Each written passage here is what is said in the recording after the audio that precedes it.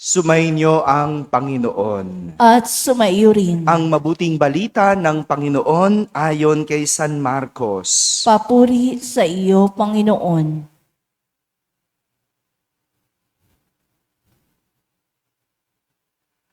Noong panahong iyon, bumalik si Jesus sa Kapernaum at kumalat ang balita na siya'y nasa kanyang tahanan. Kaya't nagkatipon ang napakaraming tao. Ano pat wala nang matayuan kahit sa labas ng pintuan. Samantalang nangangaral si Jesus, may idinating na isang paralitikong dala ng 4 katao. Hindi nila ito mailapit kay Jesus dahil sa dami ng tao. Kaya't binakbak nila ang bubong sa tapat niya at inihugos ang paralitikong nakaratay sa kanyang higaan. Nang makita ni Jesus kung gaano kalaki ang kanilang pananalig, sinabi niya sa paralitiko, "Anak, ipinatatawad na ang mga kasalanan mo." May nakaupo roong ilang eskriba na nagsaloob ng ganito. Bakit nagsasalita ng ganito ang taong ito? Kalapastanganan sa Diyos iyan. Hindi ba't Diyos lamang ang makapagpapatawad ng mga kasalanan?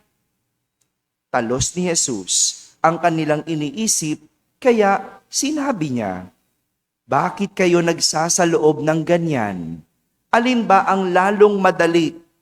Ang sabihin sa paralitiko, ipinatatawad na ang mga kasalanan mo, o ang sabihin, tumindig ka, dalhin mo ang iyong higaan at lumakad ka. Patutunayan ko sa inyo na dito sa lupa, ang anak ng tao ay may kapangyarihang magpatawad ng mga kasalanan. Sinabi niya sa paralitiko, tumindig ka, dalhin mo ang iyong mga higaan at umuwi ka. Tumindig naman ang paralitiko, binuhat ang kanyang higaan at umalis, na nakikita ng lahat. Sila'y pawang naggilalas at nagpuri sa Diyos. Hindi pa kami nakakakita ng ganito, sabi nila. Mga kapatid, ang mabuting balita ng Panginoon. Pinupuri ka namin, Panginoong Hesukristo. Umupo ang lahat at makinig sa homilia. Magandang umaga po sa inyong lahat. Magandang umaga sa mga nasa barangay, sa mga nasa tahanan na nagsisimba via online at sa lahat na nasa abroad. Isang magandang araw po sa inyong lahat. Nitong mga nakalipas na araw, sunod-sunod ang pagpapagaling ni Jesus ng mga may sakit. Naalala niyo pa ba? Hello. Yung mga araw-araw kong kasamang nagmimisa. Nitong mga nakalipas, ang dami ni Jesus pinagaling ng mga may sakit. Ano yung mga natatandaan ninyo? Nang Pariseyo? Hindi. Wala siyang pinagaling na Pariseyo. Ano?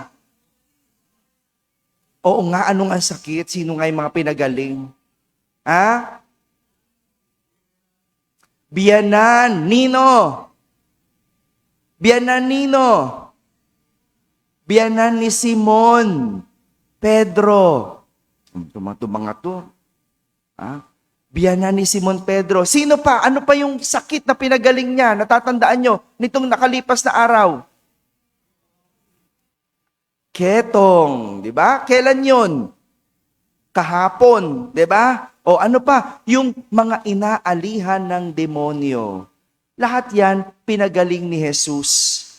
Ha? Ano sakit nung biyanan ni Simon Pedro? Ayun, natandaan niya, lagnat. O, di ba? O yan, ganyan dapat, no? Itong mga to.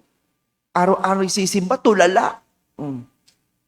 Ngayon naman, pinagaling ni Jesus ang isang paralitiko. Sabi nyo nga. Yan, dapat araw-arawin ko kayo ganyanin, di ba? Para may matandaan. Sana, no? Nung panahon ni Jesus, ang paralysis ay isang kondisyon na pinaniniwalaan ng mga tao na parusa ng Diyos. Bakit pinarusahan? Kasi makasalanan. Nung panahon ni Jesus yun. Ano bang klaseng sakit ang paralysis? Hindi makatayo kasi patay ang parte ng katawan. 'Di ba? Hindi makagalaw. Patay ang parte ng katawan. No? Pwedeng kalahati, pwedeng kamay lang, pwedeng paa lang. So, paralysis. Yun yung alam natin ngayon. Pero nung panahon ni Jesus, ito ay pinaniniwalaang parusa ng Diyos dahil sa pagiging makasalanan. Kaya naman, tingin ng mga tao sa paralitikong ito ay makasalanan. Posible naman, dahil nang inilapit ang paralitiko kay Jesus, sino naglapit? Sino naglapit? 4 na katao. Paano nilapit? Yan. Binakbak yung bubong. Bakit?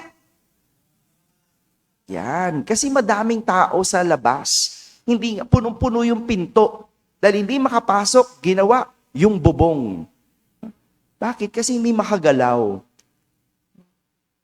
Posible naman talaga na parusa ito dahil siya'y makasalanan. Dahil ang sinabi ni Jesus, nang pagalingin niya ang paralitiko, anak, ipinatatawad na ang mga kasalanan mo.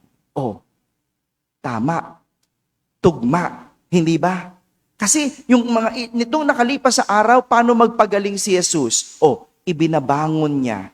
Hinihipo lang niya. Gumagaling na. Hindi niya sinasabing, pinatawad na ang kasalanan mo. Hindi sinabing ganon. Doon sa may ketong, hindi. 'Di ba? Pero dito sa paralitiko, yung sakit niya, sinabi, anak, ipinatatawad na ang mga kasalanan mo. Hindi naman malayo ang turing sa paralysis sa kasalukuyan. Dahil katulad ng kasalanan, hindi ba ito ay lumulumpo sa tao? Ang paralysis, ginagawa kang lumpo. Ang kasalanan, ginagawa ka ding lumpo.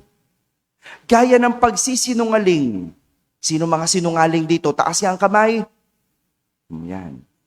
Diba, kapag naging kaugalian ang pagsisinungaling, hindi ka na makawala. Hindi ka na makagalaw. Ang tanging ginagawa mo na lang, magsinungaling. Kasi ang isang kasinungalingan, pagtatakpan ng isa pang kasinungalingan. Na pagtatakpan pa na naman ng isa na namang kasinungalingan hanggang sa ito'y maging paulit-ulit. At hindi ka na makawala, hindi ka na makagalaw, kundi lagi na lang pagsisinungaling. Wala rin niyang ipinagkaiba sa pagnanakaw, pagmumura, panloloko, pananakit, at kung ano-ano pang kasalanan na hindi natin kayang makawala. Tinan mo nga'y manloloko, hindi ba? 2026 na, ayaw pa magbago. Hindi na makawala. Hindi na makagalaw. Mabuti na lang, meron tayong Jesus na mapagpatawad. Hindi tulad ng mga eskriba na hindi matanggap ang pananalita ni Jesus ng pagpapatawad. Kaya nga, sa mata nila, ayaw pa din nilang makawala ang paralitiko. Tingnan mo, no? Yung paralitiko na yon, matagal na may sakit, pero wala man lang gustong tumulong. Bakit? Wala gustong magpakawala doon sa paralitiko. Ganyan din ang tao. Kapag hindi marunong magpatawad, katulad ng eskriba, ayaw nilang pakawalan yung paralitiko sa kanilang karamdaman. Yung mga hindi makapagpatawad, anong tawag natin? Hindi makamove on. 'Di ba? Hindi makamove on. O, yung paralitiko, hindi makamove. 'Di ba? Pag hindi ka makapagpatawad, ang tawag sa iyo, hindi ka makamove on. Ang tagal na niyang hinanakit mo. Ayaw mo pang patawarin. Ang tagal na nung nagawa sa'yo. Ayaw mo pa magpatawad. Kaya para ka lang paralitiko. Para ka lang eskriba. Ayaw magpatawad, hindi makamove on. Sa totoo lang, sino ba talaga ang napaparalyze kapag hindi na nakapagpapatawad? Di ba ikaw? Tinan mo, kapag may nakasalubong kang kagalit, ayaw mong tignan. O, ibinabaling mo yung iba yung ulo mo sa ibang tingin, di ba? O, paralyzed ka. O, kapag ang kagalit mo nasa likod mo, hindi ka makalingon, di ba? O, paralyzed ka. Hindi ka makagalaw, di ba? Ang sarap-sarap nung malaya kang makagalaw. Kasi maluwag ang puso mo sa pagpapatawad. Ikalawang araw ng ating Triduo para sa kapistahan ni Santo Niño at ang isang bata madali magpatawad. Katangian ng bata ang marunong magpatawad, marunong humingi ng tawad, marunong mag-sorry, ang dali-dali mag-sorry, ang dali-dali para sa bata. Totoo ba yon?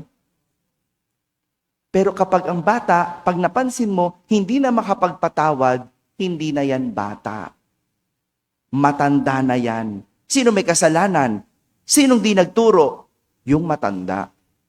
Kaya, mga matatanda, di ba ang turo natin kapag nakasakit? Sorry.